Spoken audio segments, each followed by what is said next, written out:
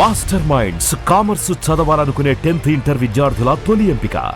45 ఏళ్ల సినీ ప్రస్థానం. ఏ పాత్ర వేసినా ఆ పాత్రకి పూర్తిగా న్యాయం చేసే నటుడు. ఇప్పుడు 7 పదులు దాటిన వయసు అయినా సినిమా మీద ఉన్న మక్కువ ప్రేమతో ఇంకా నటిస్తూనే ఉన్నారు. నేటి తరానికి వ్యక్తిగతంగా వృత్తిపరంగా కూడా ఎంతో ఇన్స్పిరేషన్గా ఒక స్ఫూర్తిగా నిలుస్తున్న విలక్షణ నటుడు గిరిబాబు గారు. ఇవాల్టి నా స్పెషల్ షో డైలాగ్ విత్ ప్రేమలో నా స్పెషల్ గెస్ట్. నమస్తే సార్. నమస్తే మా సార్.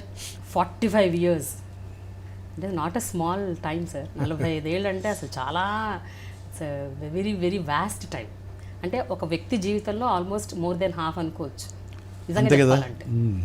సో 45 ఏళ్ళు ఎలాంటి వివాదాలకి లోను కాకుండా, ఎలాంటి కాంట్రవర్సీస్ లేకుండా ఒక సాఫీ నట జీవితాన్ని ఎలా గడుపుకుంటూ వచ్చారు అసలు? How was it possible? నాకు అది తెలుసుకోవాలండి ముందు.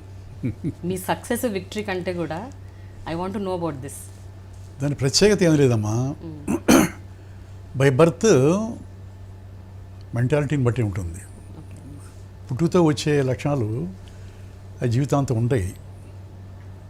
అందువల్ల చిన్నప్పటి నుంచి నేను ఊళ్ళో చదువుకున్నప్పుడు కానీ ఉత్తమ విద్యార్థినే. క్లాసులో ఎప్పుడూ ఫస్టే ఉండేవాడిని.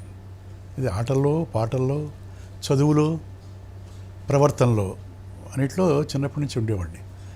పక్క పిల్లలతో నా కొలీగ్స్తో ఆడుకుంటున్నప్పుడు కూడా చిన్న చిన్న తగాదాలు ఉండేవి కాదు. మరి అగ్రెసివ్గానే ఉండేవాడిని, స్నేహపూర్వకంగా ఉండేవాడిని, అందరిని ఆకట్టుకునేవాడిని. నేను లీడర్గా ఉండేవాడిని.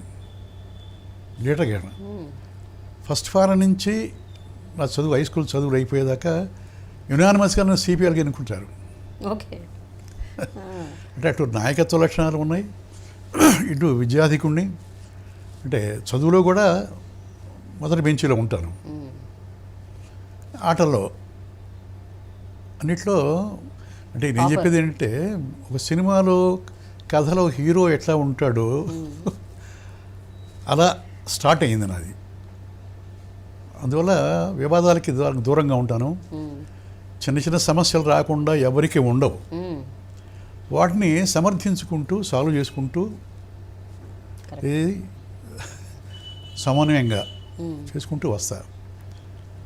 అందువల్ల 45 సంవత్సరాలు వివాదాలతో లేకుండా, ఇబ్బందులు లేకుండా, అందరితో స్నేహపూర్వకంగా, డైరెక్టర్స్ కాదు, ప్రొడ్యూసర్స్ కాదు, కో ఆర్టిస్టులు కాదు, అందరితోటి నాకు ఎక్కువ మంది స్నేహితులు ఉన్నారు ఇండస్ట్రీలో. ఎక్కువ మంది నన్ను అభిమానించే వాళ్ళు కూడా ఉన్నారు. నేను గర్వంగా చెప్పుకోవడం కాదు, అది మరి ఆ భగవంతుడు ఇచ్చిన అదృష్టం అనుకుంటాను. కానీ మీకు ఇంకొక పేరు కూడా ఉందండి, మీరు అజాత శత్రువు అంటారు. గిరిబాబు గారికి అసలు శత్రువులు లేరు. ఏమైనా చిన్న చితక సమస్యలు ఒకరు వచ్చి మీద పడ్డా కూడా అదేమిటో వాటంతటా అవి సంసిపోతాయో, లేకపోతే మీరు చాలా చాకచక్యంగా దాన్ని సాల్వ్ చేస్తారో తెలియదు. కానీ మొత్తానికి, ఎందుకంటే నేను విన్నది మీకు ఒకానొక టైంలో ఎన్టీ రామారావు గారితో కూడా ఒక ఇష్యూ వచ్చింది. సింహబలుడు, సింహగర్జన మీరు తీశారు, ఆయన సింహబలుడు చేశారు. అప్పుడు ఆ తర్వాత కాలంలో మీ అబ్బాయి, మీ బోసుబాబు గారి సినిమా టైంలోనే చిరంజీవి గారి సినిమా, అదే ఇద్దరిది కౌబాయ్ స్టోరీస్. యా. సో ఇలా పెద్ద పెద్ద వాళ్ళతో, అప్పుడు స్టార్స్తోని, అప్పుడు గొప్ప నటులతోని మీకు ఆ చిన్న చితక ఒక క్లాష్ లాంటిది వచ్చినా కూడా యూ మేనేజ్డ్ ఇట్. అది అంటే how was that? How was that possible? Possibility కాదమ్మా. ఇప్పుడు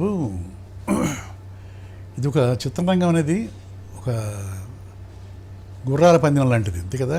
ప్రతి వాళ్ళు దూసుకుపోవాలనుకుంటారు. పరుగు పందెం ఇది. ఆ పరుగు పందెంలో ఒక రాజకీయంలో కానీ, సినిమా ప్రపంచంలో కానీ ఒకళ్ళని ఒకళ్ళు ప్రేమించుకుంటూ సామరస్యపూర్వకంగా పోరు. ఎవరు దారి వాళ్ళది, ఎవరు త్వరగా ముందుకు పోవాలని చెప్పి వాళ్ళ గుర్రాన్ని పరిగెత్తిస్తుంటారు. అది సహజమైన లక్షణం. లేకపోతే ఇక్కడ మనలేము, సక్సెస్ కాలేము. ఆ పద్ధతులు పక్క వాళ్ళు చేసినా కూడా వాళ్ళ చిరకాల మిత్రులే నాకు. వాళ్ళతో బోల్డెని సినిమాలు చేసి ఉన్నవాడిని. ఇలాంటి చిన్న చిన్న డిస్ప్యూట్ వచ్చినప్పుడు సహజమైన వాతావరణంలో వస్తాయి. వాటిని మనం మేజర్ ఇష్యూ చేసుకోకూడదు అనే ఉద్దేశంతో సామరస్యపూర్వకంగా వాటిని సాల్వ్ చేసుకుని వచ్చా. ఆ తర్వాత మళ్ళీ మామూలు అయ్యాం కదా. దాన్ని పెద్ద ఇష్యూ చేసి, గొడవలు చేసి, అసోసియేషన్లో పెట్టి, మా అసోసియేషన్లో పెట్టి, ప్రొడ్యూస్ కౌన్సిల్లో పెట్టి గొడవ చేసుకుంటే గిరిబాబు అజాతశత్రువు ఎందుకు పేరు వస్తుంది? నాలాగే మా మురళీమోహన్ ఉన్నాడు, చెప్తున్నా, అతనికి ఈ పేరు ఉంది. మేమిద్దరం ఒకే సినిమాలో మొట్టమొదట 1973లో జగమే మాయ ఫస్ట్ ఇద్దరం వచ్చింది, అంతే కదా. అప్పటి నుంచి ఇప్పుడు దాకా ఇద్దరికి అదే పేరు ఉంది, అజాశత్రువులు అని. అంటే ప్రతిమాడకు లేదని కాదు నేను చెప్తుంది. ఇప్పుడు నాకు మోహన్ బాబు ఉన్నాడు ఒక ఫ్రెండు. మోహన్ బాబు నేను మేము ప్రయత్నాలు చేసేటప్పుడు సినిమాలో ప్రవేశించక ముందు మేమిద్దరం రూమ్మేట్స్, మేమిద్దరం కలిసి ఉండేవాళ్ళం, అంత స్నేహితులం. అప్పటికి ఇప్పటికీ ఎప్పటికీ కూడా మేము అన్నదమ్ములానే ఉంటాం. మురళీమోహన్ కూడా మేము కూడా చెప్తున్నా. ఇంకా నాకు ఆత్మీయులైన స్నేహితులు సరే గుమ్మడి గారు, సత్యాన్ గారు, రంగనాథు, శరత్ బాబు, ఇదంతా అంటే నా మెంటాలిటీకి దగ్గరగా ఉండేవాళ్ళందరూ అలా నడుపుకుంటూ వచ్చాం ఇంతకాలం. కానీ ఒకటి చెప్పండి, అలాంటి ఇష్యూస్ ఏమైనా జరిగినప్పుడు జనరల్గా ఒక రకమైన చిన్న ఈగో ఉంటుంది. నేను వెళ్ళి ఏంటి మాట్లాడేది, నేను వెళ్ళి ఏంటి చెప్పుకునేది, వాళ్ళకు కూడా ఉండాలి కదా అన్న ఒక స్మాల్. రామారావు గారు ఉన్నారు, కృష్ణ గారు ఉన్నారు. అప్పుడు ఇద్దరికి కొంచెం వివాదాలు ఉన్నాయి. ఈ సీతారామరాజు తీసిన దగ్గర నుంచి ఆ తర్వాత కురుక్షేత్రము, దానవీర సూరకర్ణ, దాంట్లో డిస్ప్యూట్స్ వచ్చినాయి. ఇద్దరికి ఒకరికి సమానమైన లేదు.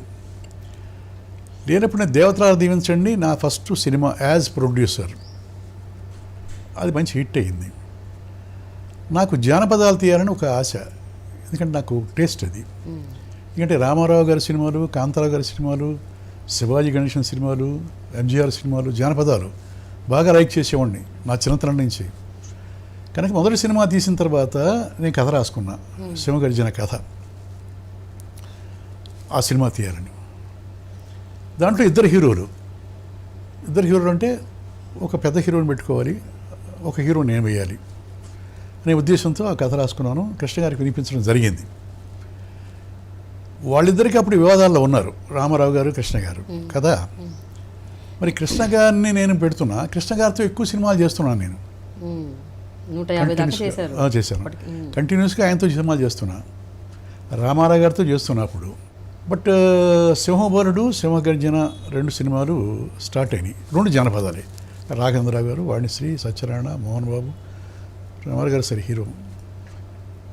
మంది కృష్ణ, నేను, శరత్ బాబు, మోహన్ బాబు, వాళ్ళిద్దరు విలన్స్, మీ ఇద్దరు హీరోస్. కాకతాళీయంగా తీసిన సినిమా అది, పోటీలకు కాదు. రామారావు గారి మీద, నాగేశ్వరరావు గారి మీద పోటీకి నేను ఎందుకు తీస్తాను? ఆదర్శంగా వాళ్ళని తీసుకొని మేము సినిమాలో ప్రవేశం చేసాం. ఎవరిని? ఇద్దరిని. ఒక కృష్ణ గారు కాదు, ఒక కృష్ణరాజు కాదు, ఓ శోభరావు కాదు, వచ్చిన తర్వాత వచ్చిన వాళ్ళందరూ కూడా రామారావు గారు, నాగేశ్వరరావు గారిని ఆదర్శంగా తీసుకునే సినిమాల్లోకి వచ్చారు. మేము కూడా తర్వాత వాళ్ళం, మేము కూడా అంతే. కనుక వాళ్ళ మీద పోటీకి దిగంగా. బట్ సమ్ ఫెలోస్ ఉంటారు కదా, ఆయనకి బ్యాడ్ రిపోర్ట్ ఇచ్చారు. ఓకే, మీకు వ్యతిరేకంగా ఉన్న కృష్ణ గారిని పెట్టి సేమ్ జానపదం, ఒకే కథ, 2 కథలు ఒకటే, నెక్స్ట్ ఆయన హీరో పెట్టి మీ మీద వ్యతిరేకంగా తీస్తున్నారు గిరిబాబు గారు. పేర్లు కూడా అవే, సింహబలుడు అంటే సింహ గర్జన పెట్టాడు అని ఆయనకి లేనిపోని మాటలు చెప్పారు. మరి ఎంతటి వారైనా, ఎంత మహాత్ముడైనా, ఎంత గొప్ప నటుడైనా చెప్పుడు మాటలకి చెవిగ్గుతారు కదా. అలా ఆయనకు కోపం వచ్చింది. వచ్చినప్పుడు నేనేం చేయాలి? అంత పెద్ద మహానటుడు, ఆయన ఆదర్శంగా తీసుకొచ్చిన వాళ్ళం, ఆయన పని చెప్పుకోవాలి, క్లారిఫై చేయాలి కదా. అందువల్ల నేను వెళ్ళా. కోపం వచ్చిందని మీకు తెలిసిందా, లేకపోతే మీరు జస్ట్ ఊహించుకున్నారా ఏంటి? ఎవరైనా చెప్పారా మీకు ఆయన కోపం వచ్చిందని? ఓకే, సో అందుకని క్లారిఫికేషన్ ఇద్దామని అనుకున్నప్పుడు మరి కృష్ణ ఫీల్ అవుతాడు కదా. మనం చేస్తున్నప్పుడు మీరు రామారావు దగ్గర పోయి క్లారిఫికేషన్ ఇవ్వటం ఏంటి అని చెప్పి ఆయన అనుకుంటాడు కదా. ఆయనకి చెప్పకుండా నేను వెళ్ళా కృష్ణకి, చెప్పకుండా మార్నింగ్ వెళ్ళి. ఇంటర్వ్యూలు చాలాసార్లు ఇవి వచ్చినాయి అనుకోండి, చెప్తున్నా. వెళ్ళిన తర్వాత మార్నింగ్ వెళ్ళి 6 o'clock వెళితే పొట్టి కాక్షయ్య గారు, అశ్విని దత్తు, రుక్మాంగధర్రావు వీళ్ళంతా కూర్చొని ఉన్నారు. దేవర్ షాక్డ్, ఇది గిరిబాబు ఇక్కడికి వచ్చాడేంటి అని. అందరికి నమస్కారం పెట్టిన వాళ్ళు నమస్కారం కూర్చొని మర్యాద చేశారు. పెద్ద ఆయన వచ్చారు. వచ్చిన తర్వాత నన్ను చూసి, ఏం బ్రదర్ నమస్కారం పెట్టాను, ఏం బ్రదర్ ఎవరు యూ బాగున్నావా అని చెప్పి అన్నాడు. తన రూమ్లోకి వెళ్ళిన తర్వాత ఫస్ట్ నన్నే పిలిచాడు. పిలిచిన తర్వాత ఏం బ్రదర్ ఎలా ఉన్నారు, బాగున్నారు కదా అని చెప్పాను. అడిగిన తర్వాత అనగారు ఓ చిన్న క్లారిఫికేషన్ ఇవ్వడానికి వచ్చాను అని చెప్పి ఇప్పుడు నేను చెప్పిన మాటలు చెప్పా. మిమ్మల్ని ఆదర్శంగా తీసుకొని చదువులు కూడా మానేసి సినిమా ప్రపంచంలోకి ప్రవేశించాం. మీరిద్దరు 2 కళ్ళు. మీ మీద వ్యతిరేకంగా నేను సినిమా తీయటం అనేది ఎవరో అన్నారట, 2 ఒకటే కథలట అని చెప్పారట. ఇవన్నీ కాదు అన్నగారు. మీరు నాకు అవకాశం ఇస్తే ఒక 5 నిమిషాలు నా సినాప్సిస్ చెప్తా చెప్తే అప్పటికే ఆయన కొంచెం కూల్ అయ్యారు. బాగా కూల్ అయ్యి ఓకే బ్రదర్ చెప్పండి ఓకే చెప్పా. 2 హీరోలు, ఆ సింగిల్ హీరో, ఆ శోరభరుస్తం ఇన్స్పిరేషను. నేను సొంతంగా కథ రాసుకున్నాను. ఇదని సినాప్సిస్ 5 నిమిషాల్లో చెప్పేశా. ఏం బ్రదర్ దానికి దీనికి సంబంధం లేదే, ఎందుకు అలా చెప్పారు? I will see, don't compromise, బాగా తీ సినిమా అని బ్లెస్ చేసి నన్ను పంపించాడు.